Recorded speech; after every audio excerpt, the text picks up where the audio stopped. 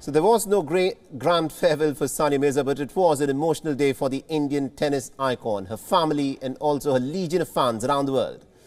She is not officially retired yet, but the clock is of course ticking on a great career. The Nandan Bal, former men's coach of the Indian tennis team, of course has seen that career firsthand and is joining us on this broadcast from Pune. Now, Nandan, it's hard not to have a lump in the throat when Sania Mirza, of course, broke down, and especially for those of you who, in fact, seen her right from the sub-junior days. Tell us more. You know, I've seen Sania play, and I've traveled a little bit with her. We were on a couple of teams in Europe and then the US, where I was in charge of the boys team, and she was there along with the girls team. And I tell you, I mean, this is one girl who's been a trailblazer. This is one girl who has really, really served Indian tennis incredibly well, and with just so much character. You know, she was somebody who would always love a fight on the tennis court. She was somebody who would never back down on the tennis court, and she was that, right from that age of 14 or 15. When what they say, when the going gets tough, the tough get going, and that's what she was. I mean, the tougher the situation, the tougher she would play. As simple as that. Absolutely, indeed. Losing a Grand Slam final hurts, and Nandan, you've of course seen it all. But this is sport, and on the day the Brazilians were a shade better. How do you see this?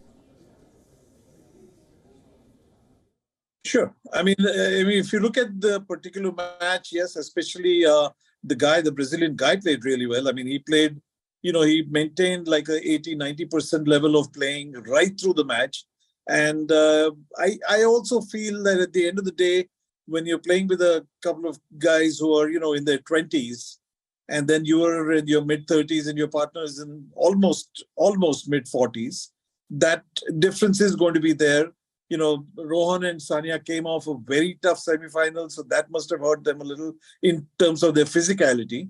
And so they just seemed a little slow today than what they were yesterday or the previous match. Absolutely, indeed. And also, Nandan, tell us a bit about when was it that you first had spotted or heard about Sania? What were your initial impressions when you saw her play for the first time when she was rising up through the ranks? Well, like I said, I've seen her since she was about 14 or 15. And, I was there at a few tournaments in Europe where she was also there as part of the girls team. And though I was with the boys, I've watched her play a lot. I've watched her at the US Open Juniors. And like I said, the one thing that separated her from anyone else that I've seen in Indian tennis is her ability to rise to the occasion. I mean, she was somebody who she is somebody who, the bigger the occasion, the better her tennis. The tougher the opponent, the tougher her tennis. And when the situation got tough, you're in a third set tiebreaker, you can be guaranteed that Sania is going to play 120, 150% of what she is capable of, because that's what she was.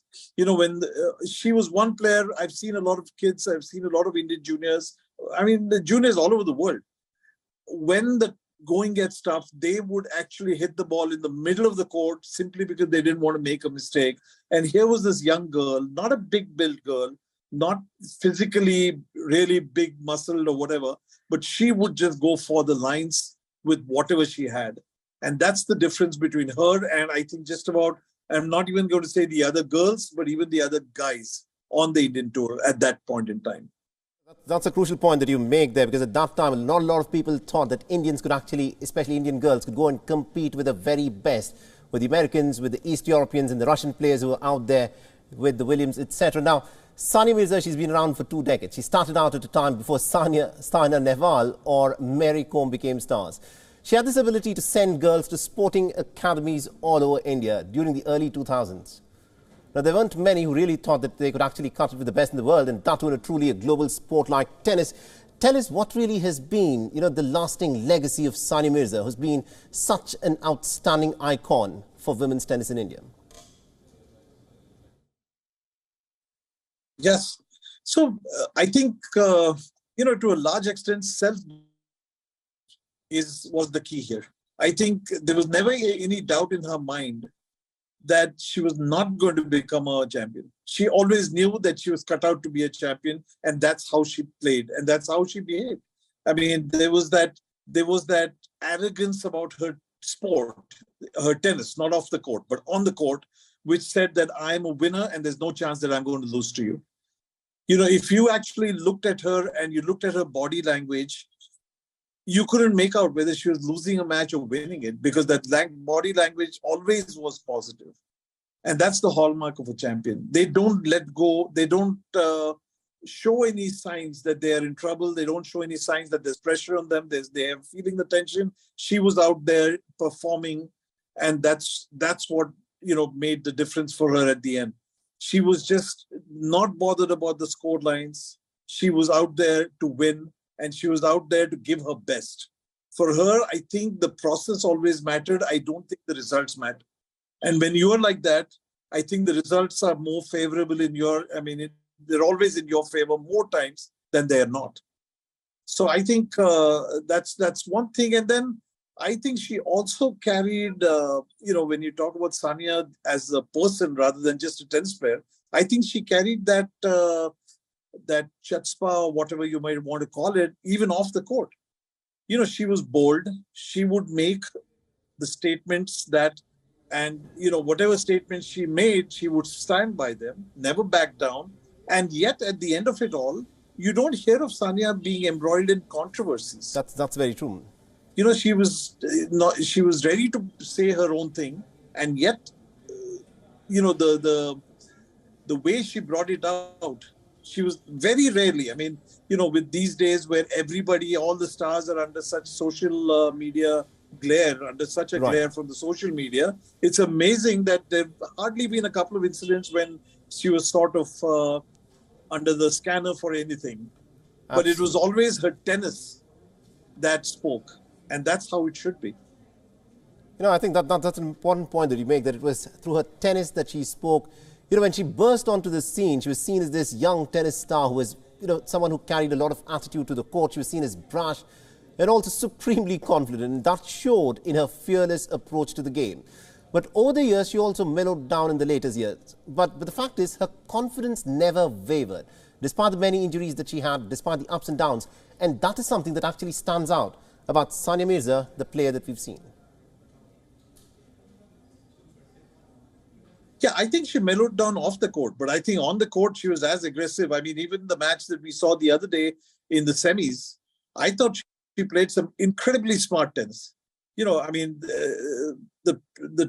pace at which tennis is played at that level of the game, for her to be out there taking on the man on the other side, who himself, Neil is such a good, the guy's number one in the world on the other side. And she took him on. Forget the girl. She was very comfortable with the girl, but she was also very comfortable with the guy. And because she is aggressive. And she wasn't going to back down even if it was the guy hitting at her, at 200 miles an hour. Absolutely. Now, finally, Nandan, there is a long list of accomplishments that, Sania Mirza will be remembered for in her pretty illustrious career. And now that she's announced her retirement, and now that you are someone who's actually seen her go through the years, right from her junior days, tell us, how do you remember Sania Mirza, the tennis player, both on and off the court? Well, like I said, first of all, I would remember her as somebody who was bold and supremely confident of her own beliefs and her own tennis. More than anything else, I'd like to remember her as someone who has probably influenced hundreds of thousands of young kids to take to tennis. Because that's what it's all. If you actually look at the 2000s and 2010 and later, Indian tennis has seen such a huge growth. And I think, if you ask me, I think Sania would be responsible for, maybe 70, 80% of that growth. Just by the way she has dominated the game, by the way she has carried herself, and she's made the sport popular. More than anything else, that's what she's done. And today there are hundreds and thousands, and I'm not even saying girls. I'm saying even boys, young boys, who want to be like a Sania Mirza when they grow up. And that's amazing. I mean, for me, that has been a huge accomplishment for her.